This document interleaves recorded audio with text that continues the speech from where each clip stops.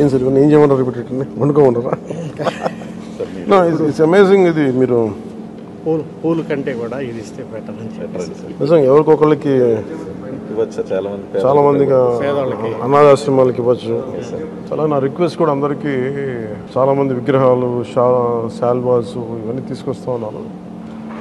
వచ్చేవారందరికి కూడా ఒకటి ఏదైనా తీసుకొస్తే టోకెన్స్ భవిష్యత్తులో మన సమీప భవిష్యత్తులో రాబోయే అన్నా క్యాంటీన్స్కి ఏదైనా మీరు కాంట్రిబ్యూషన్ లాగా ఏదైనా అలాంటి టోకెన్స్ అన్నా ఇవ్వండి. వాళ్ళు గివ్ టు గవర్నమెంట్, మన ప్రభుత్వానికి ఇద్దాం.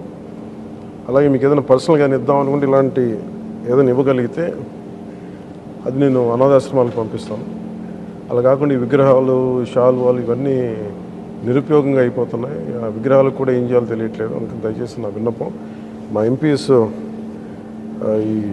ఇది స్టార్ట్ చేశారు, ఇనిషియేట్ చేశారు. ఇట్లా మనస్ఫూర్తిగా వారి స్ఫూర్తిని తీసుకొని అందరిని దయచేసి కూరగాయలు ఇవ్వమని కాదు కానీ ఫ్లవర్ బుకేస్తో మనీ వేస్ట్ చేయొద్దు, విగ్రహాల కోసం ఇబ్బంది పడద్దు, షాల్స్ కూడా తేకండి. నా రిక్వెస్ట్ ఒకటి.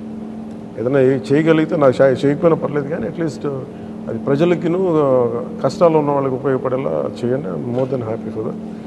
Thank you sir. Thank you very much.